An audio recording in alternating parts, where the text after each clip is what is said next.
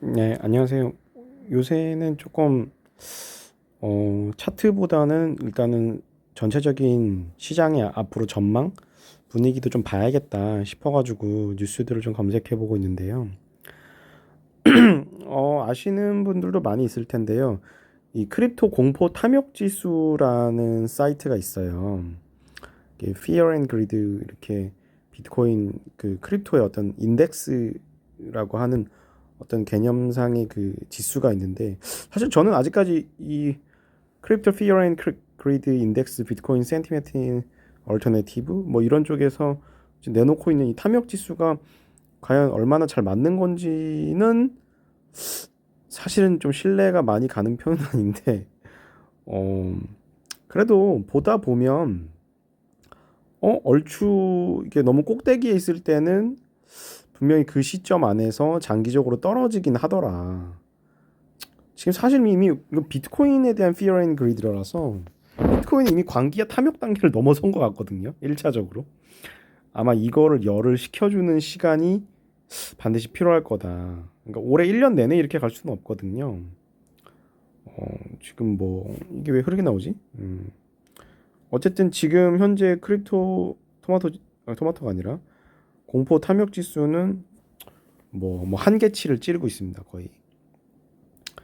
예전에는 이게 지수의 어떤 수준에 따라서 지금이 굉장히 위험한 단계다라는 걸 경보하는 거였는데, 지금 사실 90대 이상 넘은 게 지금 몇 달이어서 이미 비트코인이 2천만 원 돌파할 때부터 사실 이 지수는 계속 90 이상이었거든요.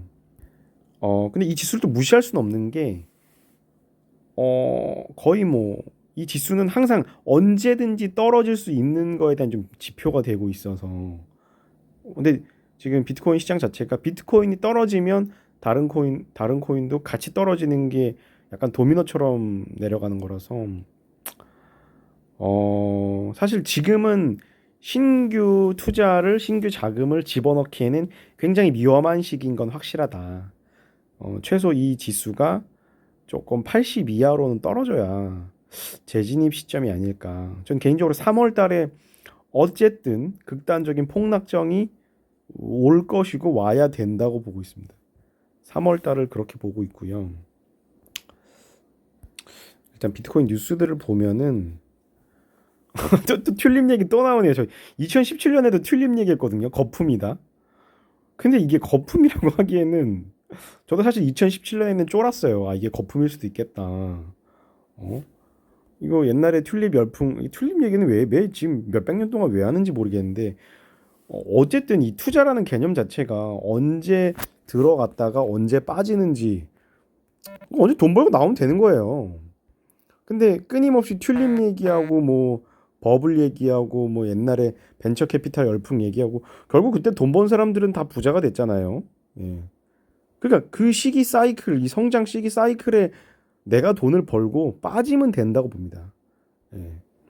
물론 이제 부동산 투자 같이 결국 시장 가치가 계속 끊임없이 오르는 뭐 그런, 뭐 언젠가 부동산도 폭락은 하겠죠. 인구 감소가 생기면.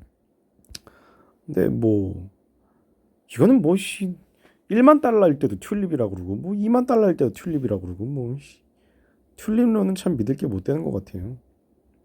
예. 비트코인이 달러를 대체할 수 있을까?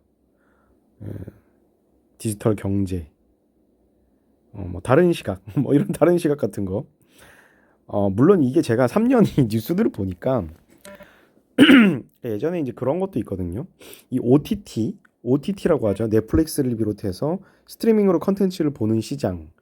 이 OTT가 끊임없이 망하길 바란 사람들이 있었어요. 기존의 케이블을 비롯한 TV 시장 쪽 사람들이겠죠. 이 대체제니까 얘네가 밀고 들어오면 얘네는 밀려나는 거거든요. 마찬가지로 이 암호화폐도, 암호화폐가 자리를 잡으면 기존에 이제 달러나 원화나 지폐화폐들이 사라지는 거는 당연하잖아요. 지금 이미 신용카드 시장이 사라지고 있잖아요. 이제 페이, 뭐 삼성페이가 뭐 주력이긴 하지만 삼성페이, 카카오페이 이런 디지털 페이 결제 방식으로 인해 신용카드가 사라지고 있죠.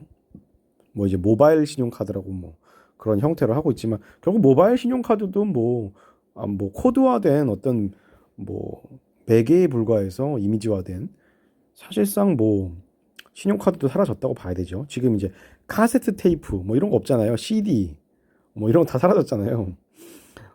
이게 대체가 되면서 계속 사라지는 건데 암호화폐는 사실 저도 암호화폐가 과연 진짜 화폐를 대체할 수 있을까? 금이나 화폐 그런 걸 대체할 수 있을까? 저도 그거에 대해서는 좀 물음표가 있긴 합니다.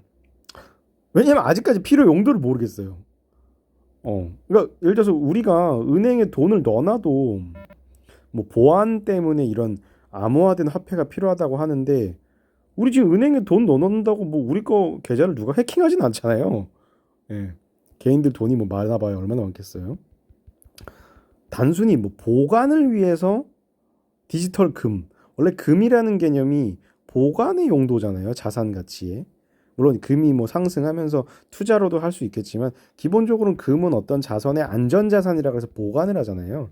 그래서 이제 결국 비트코인도 디지털 금이 돼서 계속 보관 용도가 될 수 있지 않을까. 먼 미래에는 그게 가능하겠죠. 비트코인이 완전히 어느 정액가에 왔을 때, 뭐 달러처럼 뭐 달러가 1,000원에서 1,500원 사이 환율 원화 환율 기준으로 왔다 갔다 하잖아요.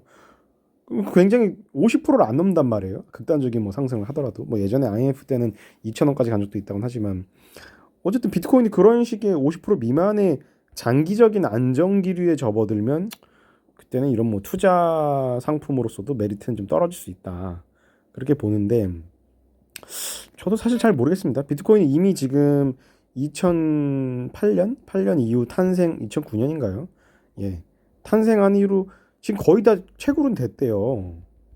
예. 이미 채굴량이 거의 뭐 2천만 개 육박해서 뭐 더 이상 나올 채굴량이 제한돼 있다 보니까 근데 어쨌든 그런 채굴량의 제한으로 인해서 비트코인은 계속 지속 상승할 수 있다. 뭐 10만 달러든 뭐든 뭐 그 안에 우리는 돈 벌고 빠지면 되는 거죠. 예.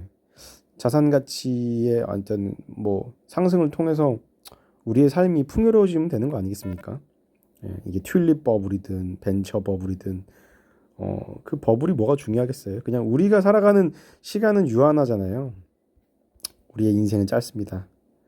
우리의 시간은 유한하죠. 뭐 종교 지도자도 아니고 이런 멘트